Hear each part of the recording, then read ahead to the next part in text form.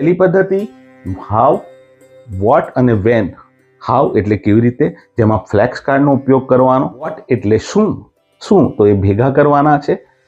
અને વેન એટલે જે ગ્રુપ સૌથી વધુ એક્ટિવ હતું એ 30 જણનું, એ ગ્રુપે શું કર્યું ખબર છે?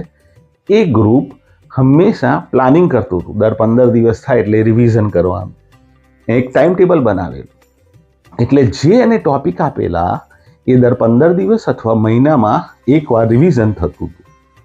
પરિણામ સ્વરૂપ એવું થતું હતું કે એ ફ્લેક્સ કાર્ડને લીધે, એનું ભેગા કરી લેવાને કારણે અને છેલ્લે પુનરાવર્તન કરવાને કારણે એને બધું જ સરસ રીતે યાદ રહી જતું હતું.